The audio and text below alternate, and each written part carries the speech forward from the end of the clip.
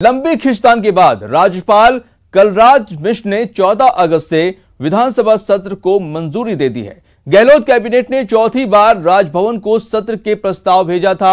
राजभवन की ओर से जारी बयान में कहा गया है कि सत्र के दौरान कोविड-19 से बचाव के लिए जरूरी दिशा निर्देशों को पूरी तरह से पालन किया जाना चाहिए। बता दें कि विधानसभा सत्र बुलाए जाने को लेकर बीते कुछ दिनों से राज्यपाल और सीएम अशोक गहलोत में जंग जारी थी। सीएम गहलोत ने जहां सत्र बुलाने पर अड़े हुए थे, तो वहीं राज्यपाल सरकार के प्रस्ताव को अस्वीकार कर दे रहे थे। गहलोत गुट के विधायकों ने तो राजभवन में धरना भी दिया था। वहीं सत्र के मुद्दे को लेकर सीएम गहलोत ने पीएम मोदी से बात भी की थी।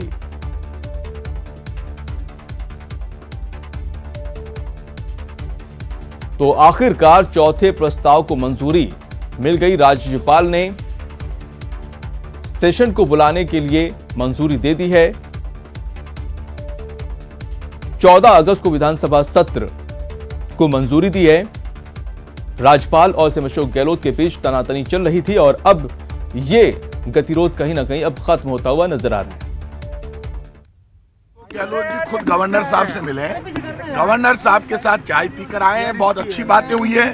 गवर्नर साहब और मुख्यमंत्री अशोक गहलोत जी खुद राजस्थान को लेकर, कोरोना संकट को लेकर बहुत चिंतित है। और दीपक व्यास हमारे साथ इस पूरे मामले के लिए जुड़ चुके हैं। दीपक, बात मान तो गए, लेकिन राज्यपाल ने कहीं ना कहीं अपनी ही वाली की है। देखिए, बिल्कुल यहाँ पर करीब 7 दिन से जो एक तरीके से चल रही थी यहाँ पर राजभवन और सरकार के बीच में, वो अब कहीं ना कहीं खत्म होती हुई नजर आ रही है। राज्यपाल ने चौथी बार जो प्रस्ताव भेजा गया राज्य सरकार की तरफ से, उसको मानते हुए जो अनुमति है सत्र बुलाने की वो दे दी है। लेकिन कहीं ना कहीं जो 21 दिन की बात शुरुआत से की जा रही थी कि 21 दिन की मियाद उसमें तय की गई है, तो ऐसे में 21 दिन बाद ही ये सत्र होगा। पहले ही यदि प्रस्ताव के हिसाब से इसे देखा जाए तो यानी कि 14 अगस्त से यहाँ पर राजस्थान विधानसभा का सत्र होने वाला है। और इसके साथ ही माना ये जा सकता है, उम्मीद ये जताई जा सकती है कि सरकार और राजभवन के बीच जो टकराव की स्थिति पैदा हो गई थी, वो टकराव भी कहीं ना कहीं इस फैसले के बाद में खत्म होता हुआ दिखेगा, गतिरोध में यहाँ पर समाप्त होता हुआ दिखेगा। और एक तरीके से लगातार जिस तरीके से जो भेजा गया था प्रस्ताव, उसमें लगातार राजभवन की तरफ से कई सवाल उठाए गए थे, चाहे वो कोरोना से संबंधित मामला हो, चाहे फ्लोर टेस्ट से संबंधित मामला हो। तो ऐसे में साफ तौर पर कहा था कि 1200 लोगों की जान को जोखिम में नहीं डाला जा सकता, क्योंकि 200 के करीब विधायक होंगे। उसके अलावा जो 1000 के करीब वो तमाम लोग होंगे, पुलिस का स्टाफ हो या दूसरे विभागों का स्टाफ हो, विधानसभा का स्टाफ हो, तमाम जिक्र राज्यपाल ने किया था। लेकिन कहीं ना कहीं जिस तरीके से अब उन्होंने मंजूरी दे दी है सत्र बुलाने की, तो इसके साथ ही गतिरोध अब सरकार और राजभवन के बीच समाप्त होता हुआ दिख रहा है। एक और बड़ी अपडेट मैं आपको बता दूं कि सुबह 11 बजे जो है इस सत्र से संबंधित कांग्रेस विधायक दल की बैठक भी बुलाई गई है, जो कि मुख्यमंत्री अशोक गहलोत के अध्यक्षता। जी दीपक, आप नजर बनाए रखिए, हम आपसे आगे भी अपडेट लेंगे। तमाम जानकारी के लिए बहुत शुक्रिया आपका। तो कांग्रेस विधायक दल की बैठक आज सुबह 11 बजे होटल फेयरमाउंट में जो है होगी और सीएम अशोक गहलोत हालात का मंथन करेंगे इस पर, और सियासी संकट से निपटने की इस पर रणनीति बनेगी। विधानसभा सत्र को लेकर भी चर्चा होगी।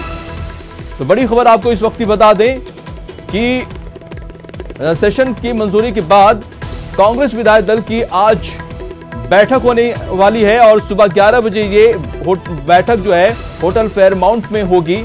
सीएम अशोक गहलोत इस बैठक में हालात पर मंथन करेंगे और सियासी संकट से निपटने पर रणनीति बनेगी, और साथ ही विधानसभा सत्र को लेकर भी चर्चा होगी।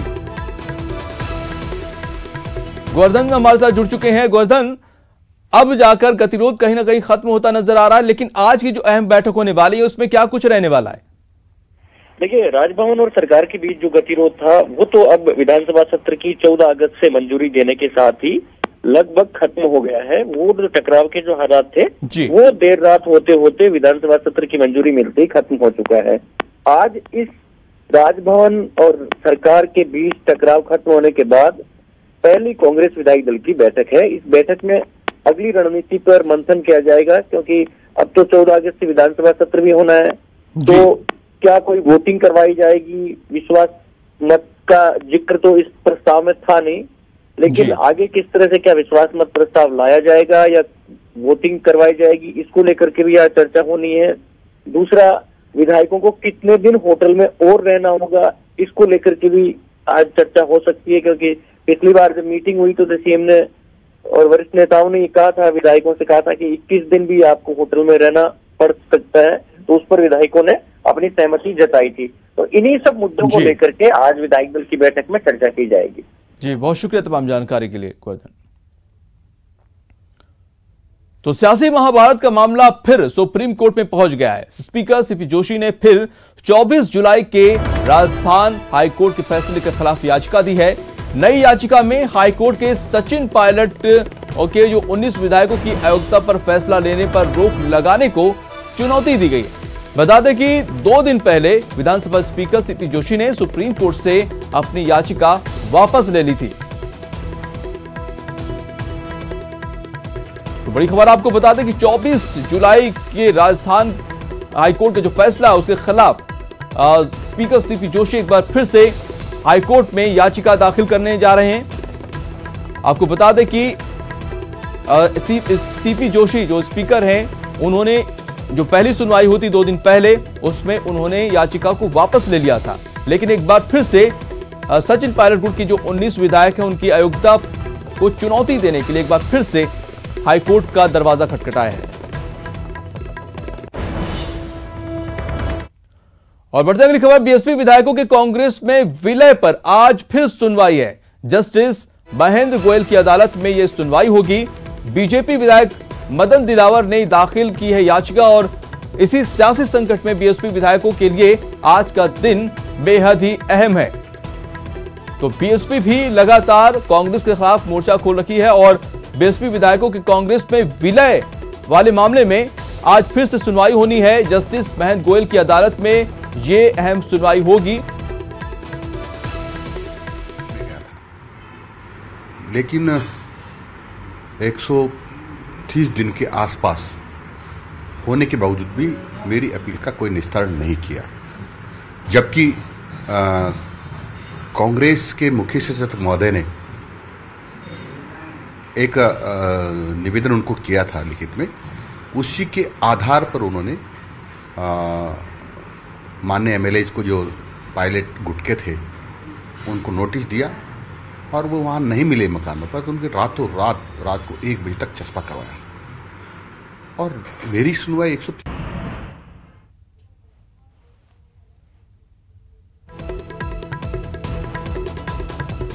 तो सचिन कुमार हमारे साथ जुड़ चुके हैं, हम पूरे मामले पे चलते हैं उन्हीं के पास। सचिन, आज भी कोर्ट होने वाला है, एक तरफ बीएसपी की सुनवाई याचिका पर और उधर सीपी जोशी ने एक बार फिर से जो है याचिका दाखिल कर दी है। बिल्कुल, देखिए माजिद, अगर हम बात सीपी जोशी की करें तो सीपी जोशी ने 24 जुलाई का जो राजस्थान हाईकोर्ट का डिवीजन बेंच का ऑर्डर था जिसमें इंटरिम रोक लगाई गई थी, स्टेटस को कहा गया था कि सीपी जोशी कोई कार्रवाई नहीं कर सकते, ना ही जो है किसी तरह की कार्रवाई सचिन पायलट गुट पर और ना ही तो प्रोसेसिंग आगे सचिन पायलट की इस मामले में कर सकते हैं। कोर्ट इस पूरे मामले की विस्तृत सुनवाई करेगा। 24 जुलाई का आदेश है राजस्थान हाईकोर्ट का, जिसमें स्टेटस को का आदेश दिया गया था और कुछ बिंदु तय किए गए थे सुनवाई के लिए। 13 बिंदु, जिन 13 बिंदुओं पर कोर्ट सुनवाई करेगी। उस आदेश को सीपी जोशी ने सुप्रीम कोर्ट में एक बार फिर से चुनौती दे दी है, ये कहते हुए कि जो स्पीकर है वो उनके कार्य में हाई कोर्ट दखल नहीं दे सकता है। उन्होंने नोटिस जारी किए थे और उन नोटिसों पर जो है स्टेटस को यथास्थिति का आदेश राजस्थान हाई कोर्ट ने जारी कर दिया। ऐसे में इस आदेश को रद्द किया जाए और अगर ऐसा सुप्रीम कोर्ट उनकी प्लीडिंग को मान लेता है तो फिर एक बार फिर से जो वो कार्रवाई करने के लिए स्वतंत्र होंगे सचिन पायलट गुट की ओर। उस याचिका पर अब देखिए सुनवाई कब होती है। कल ये याचिका दायर कर दी गई है, इस पर भी सुनवाई जल्द होगी। वहीं अगर राजस्थान हाईकोर्ट की बात करें तो यहाँ पर जो बसपा के 6 विधायक हैं उनके विलय का मामला लगातार चल रहा है। यहाँ पर कल सुनवाई हुई थी। सुनवाई के दौरान कोर्ट ने सबसे पहले बसपा से पूछा कि उनकी याचिका को क्यों सुना जाए, क्योंकि वो सीधे राजस्थान हाईकोर्ट आए हैं, वो भी करीब 10 महीने की देरी से, क्योंकि विलय सितंबर में हो गया था और 10 महीने की देरी से उन्होंने राजस्थान हाईकोर्ट हटाया। तो उनका ये कहना था कि राजस्थान विधानसभा के जो रूल्स हैं उनके तहत राजस्थान विधानसभा में स्पीकर के सामने केवल जो विधानसभा सदस्य हैं यानी जो विधायक है वही मामले को ले जा सकते हैं और उनकी जी सचिन, तमाम जानकारी के लिए बहुत शुक्रिया आपका।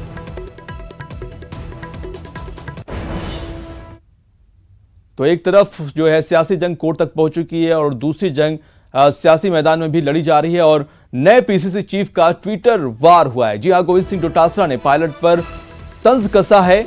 लिखा है कि उम्मीद है भाजपा और खट्टर सरकार की मेहमान नवाजी छोड़कर जयपुर लौटेंगे। कार्यकर्ताओं के मान सम्मान के लिए कांग्रेस सरकार के साथ खड़े होंगे। सचिन पायलट ने पीसीसी अध्यक्ष बनने पर डोटासरा को बधाई दी है। तो पीसीसी चीफ गोविंद सिंह डोटासरा और पूर्व पीसीसी चीफ सचिन पायलट के बीच में ट्विटर वार यहां पर देखने को मिला है।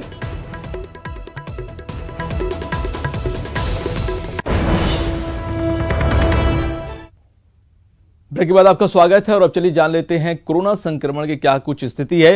राजस्थान में तेजी से फैल रहा है कोरोना पॉजिटिव केस और आपको बता दें कि 39,700 के पार पहुंच चुके हैं कोरोना के जो मरीजों का आंकड़ा। और 24 घंटे की बात की जाए तो यहां पर 1144 नए केस सामने आए हैं, जबकि 24 घंटे में 10 लोगों की मौत हुई है। पाली में 3, बीकानेर में 2, अलवर में 1, चूरू में 1, करौली में 1 मौत हुई है और मरुद्रा में अब तक टोटल 654 लोगों की जान गई है। और राहत की बात यह है कि इलाज के बाद 27,000 से ज्यादा मरीज डिस्चार्ज हो चुके हैं। तो राजस्थान में कोविड-19 केस की स्थिति आप देख सकते हैं अपनी टीवी स्क्रीन पर। 39,780 मामले हो चुके हैं।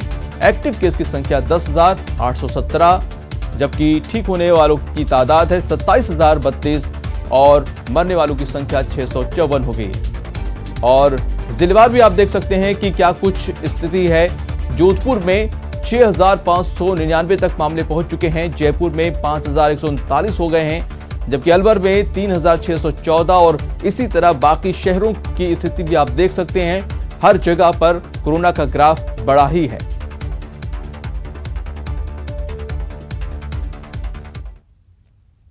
तो केंद्र सरकार ने अनलॉक 3 की गाइडलाइन जारी कर दी है। गृह मंत्रालय की ओर से जारी दिशा निर्देशों में 5 अगस्त से जिम खोलने की इजाजत दी गई है। साथ ही सरकार ने नाइट कर्फ्यू को भी हटा दिया है। मेट्रो, रेल और सिनेमा घर पर पाबंदी जारी रहेगी। सरकार ने कहा है कि स्वतंत्रता दिवस के कार्यक्रम सोशल डिस्टेंसिंग के साथ किए जाएंगे। इसके अलावा अन्य स्वास्थ्य प्रोटोकॉल का पालन करना होगा, जैसे मास्क पहनना। गृह मंत्रालय ने बताया कि राज्यों और केंद्र शासित प्रदेशों के साथ व्यापक चर्चा के बाद यह निर्णय लिया गया है कि स्कूल, कॉलेज और कोचिंग संस्थान 31 अगस्त तक बंद रहेंगे।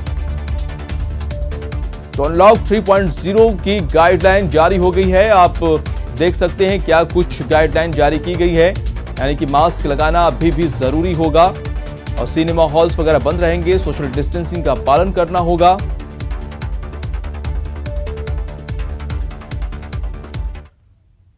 तो कोरोना काल ने जयपुर के जिम संचालक और जो ट्रेनर हैं उनकी कमर तोड़ दी है। बुधवार को शहर के जिम संचालकों ने हवा महल और आसपास की दुकानों में भीख मांगकर अनोखा प्रदर्शन किया। हट्टे कट्टे इन पहलवानों का कहना था 4 महीने से जिम बंद होने की वजह से उनके सामने भूखों मरने की नौबत आ गई है। जिम संचालकों ने सरकार से बिजली का बिल माफ करने की गुहार लगाई है।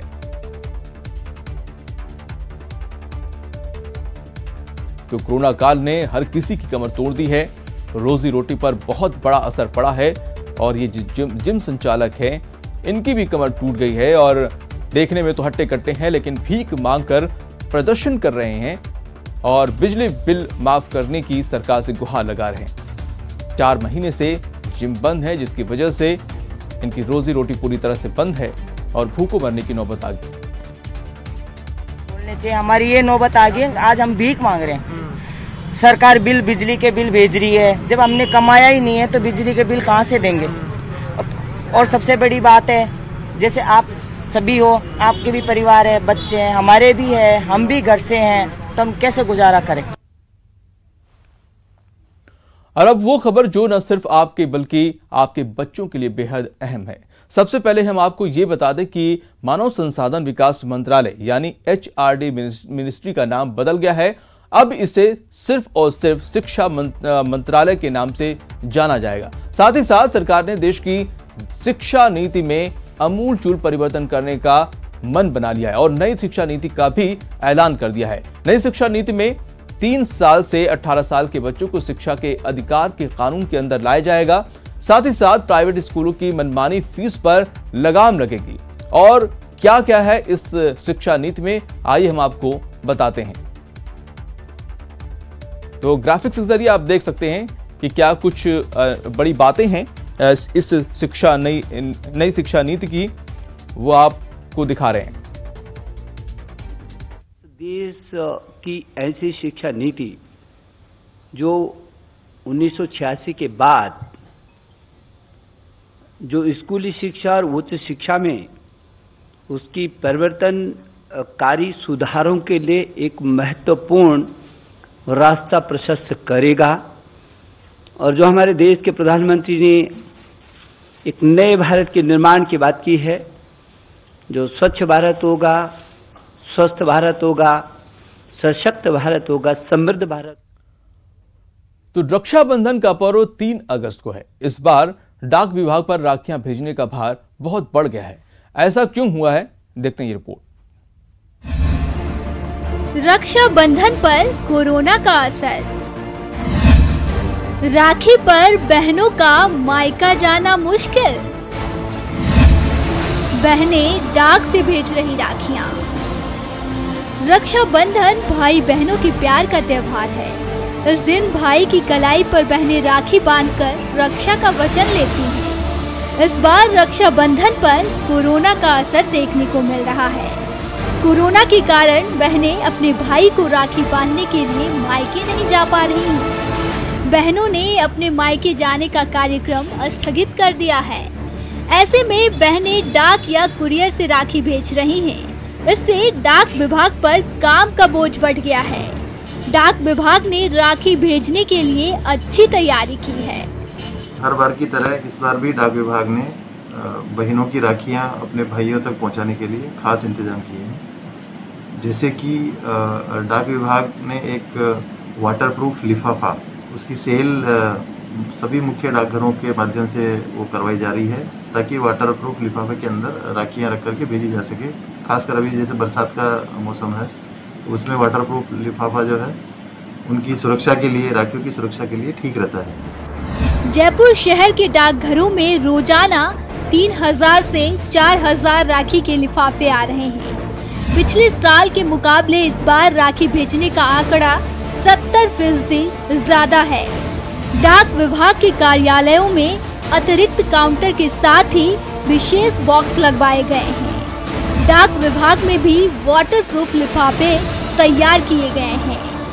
राखी के पार्सल को सैनिटाइज किया जा रहा है। अतिरिक्त भार को देखते हुए डाक कर्मचारियों का इस बार शनिवार रविवार का अवकाश भी रद्द कर दिया गया है। लेवलिंग लगाई जाती है कि ताकि वो अलग से पहचान हो सके, और एयरलिफ्ट भी दी जाती है जो राखियों की मेल है, ताकि समय से वहाँ पे पहुँच सके। 2 दिन का जो है हमने शनिवार रविवार का जो है वो अवकाश के दिन भी विभाग का स्टाफ लगाया जाएगा, ताकि उनको राखियों को छांट करके और जो जहाँ जानी है उनके डेस्टिनेशंस पे, तो वहाँ पे उनको भेजा जा सके। तो इस प्रकार से, और अभी तक की जो रिपोर्ट है हमारी, जो सूचना है हमारे संबंधित जगहों से, वहाँ पर स्मूथली ये चल रहा है, कहीं पे भी कोई हेल्ड अप नहीं है। कोरोना संकट में रक्षाबंधन के लिए डाक विभाग ने भी लोगों की तकलीफ को समझा है। डाक विभाग राखियां भेजने की तैयारी की है, वो काबिले तारीफ है। डाक विभाग का जज्बा सराहनीय है। न्यूज़ 18 राजस्थान के लिए जयपुर से महेंद्र सिंह की रिपोर्ट। इसी के साथ इस बुलेटिन में इतना ही। नमस्कार।